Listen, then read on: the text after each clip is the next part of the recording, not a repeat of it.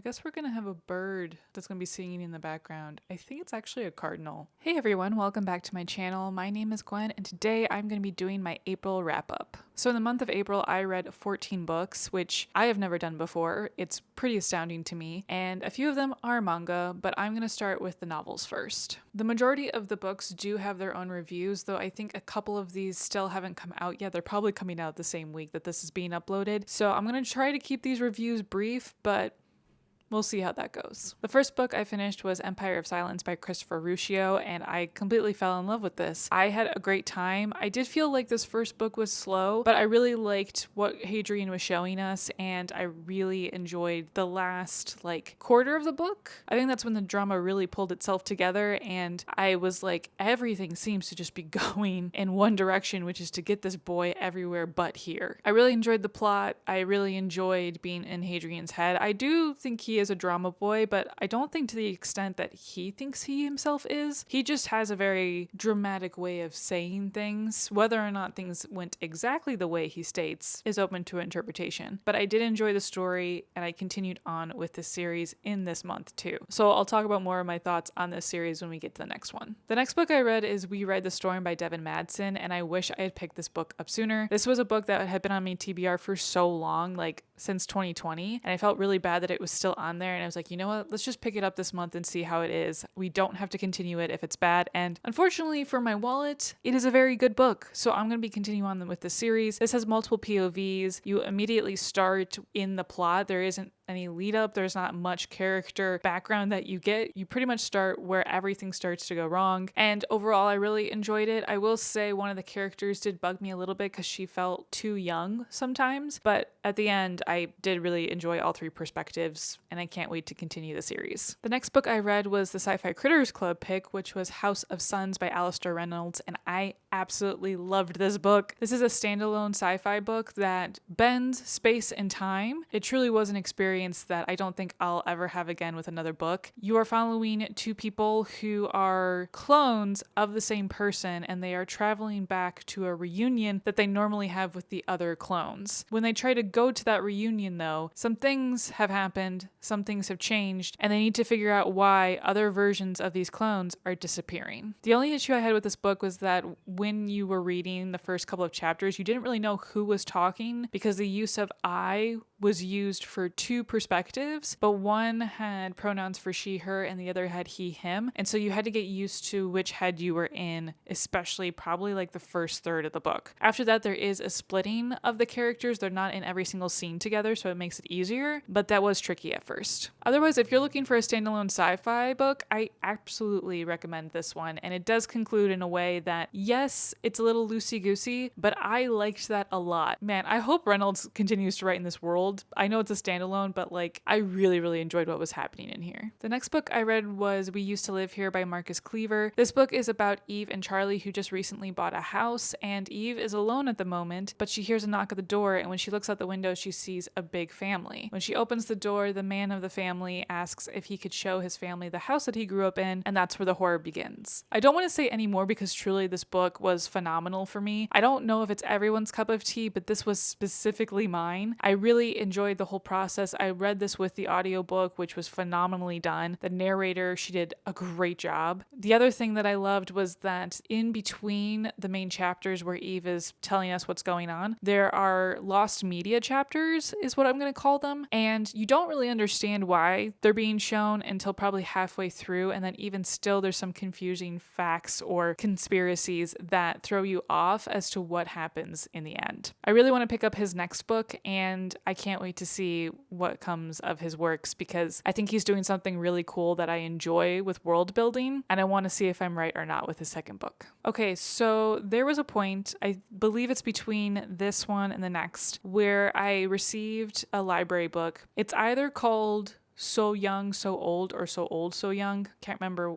in which order it was in, but it's a lit fic, and I thought I was really going to like it because the premise is you're following a group of friends through 5 different parties throughout almost 15 to 20 years of their lives, and it starts in 2007, a New Year's Eve party for 2008, and I had to DNF it. This was one of the most boring books I have ever read. I did not care about a single character, and I read 50% of the book, literally got halfway, and I said, why am I still here? I don't care. And half of these characters are just plain annoying. And the rest of you are just, I'm indifferent to. Like, I don't care what happens to your life, and I don't care how this story ends. So I wouldn't recommend it, to be quite frank. But if that plot intrigues you, I guess try it. But honestly, it was not for me. I really liked the party premise. The characters were just too damn boring. So I did hit a rut then. Like after I DNF'd that book, I really got in a rut and I didn't know what to do next. So I did some manga reading, which we're getting close to talking about them, don't worry. So what I decided to do was to continue on in the Sun Eater series, and I picked up Howling Dark. And guys, oh my god, was this one so much better than the first book? Yes, I did enjoy the first book, but this one had so much more drama in it and just more things to learn about this universe. Like, I feel like Ruscio is doing a phenomenal job world building a universe and like legends that become truths. I also think he did a phenomenal job at putting so much emphasis on what Hadrian believed, and then when certain things were revealed to not be that truth, that was crazy and good. So I'm really enjoying the series. I'm still loving that Valka is still around. I am really sad about something that happened in here that is a spoiler, so I don't want to say anything, but I love Found Family. And there's a couple of things with the Found Family in here that drastically changed, and I am sad about it. The last novel that I picked up was Sorrowland by River Solomon. This is my third book by River Solomon that I've read, and it's probably my favorite so far. This is a horror sci-fi. The thing I wanted to highlight here is that it's a story that follows Vern, a young teenage girl who is pregnant and has birthed 2 children into the world, but she is from a cult. Vern has escaped from this religious cult and is going to survive for the next 4 years in the forest nearby, but no one seems to ever find her. And this leads her to push herself to go and find her friend that left the cult years ago. The story of her traveling to find her friend, the experience of showing her children what it's like to live in a city versus being in a forest and how they were raised was so wonderful to experience. And yet the body horror, the things that she was seeing in her visions or things that she was feeling in her body were wild to see. All of the things she described and being in her head constantly for all of these things, it was an experience like no other, and I had a fantastic time. I think the one thing though is some people might have issues with Vern herself. There were some moments where I was a little bit like, okay girl, let's pull it back. Let's breathe a little bit before we just do impulsive things or blame people that we shouldn't be blaming right now in this moment. But I think that's the point of her character, is that she's not supposed to be a perfect person by any means. And in order to understand her story, you have to understand Vern in her entirety. So needless to say, I had a really great time with this horror book, and if you have not picked it up, I'd highly recommend. Okay, so finally we're going to talk about the manga I read this month. The first thing is I started another series, I know, but I really, really wanted to pick something up after my DNF that like grabbed me back into reading, and this was the thing that worked. Claymore, Volume 1.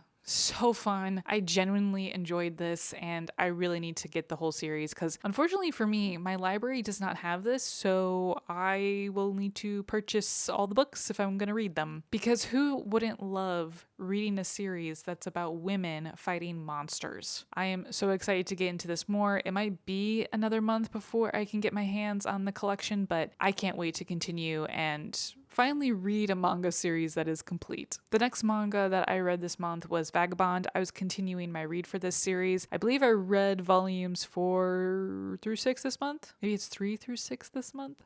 I don't know how many volumes I read, but I continued to read it, and I finished this version, and I've continued into the next Viz Big collection. Basically, Musashi right now is just going through a fight with a man named Inshun. They seem to be the same age, so a young man, but they're like at odds mentally with who's the better fighter, and they're currently in a standoff. But we've gotten some more lore about the world, historically what each of these masters went through, and then seeing how these 2 young men are at odds with their fighting styles has been very interesting. I've been really liking it. I've also loved that we've continued to see Otsu and his BFF continue their stories, and it's not just focused solely on Musashi. I've been really enjoying it, and of course been loving the illustrations. And then I think the biggest thing that I completed this month was finally finishing the arc that finishes in volume 13 for Berserk. I cannot tell you how many people have been waiting for me to read volume 13. Unfortunately, I can't remember what this arc was called, but the Hawks arc is what I'm going to call it. It is a brutal ending, and a lot of people were wondering what my thoughts were on it. And of course, that review now has been up for at least a week to 2 weeks. So if you want to see my reaction and all my thoughts, it's there. But basically, I, for one, love fantasy, and I can handle grimdark narratives. This one's a bit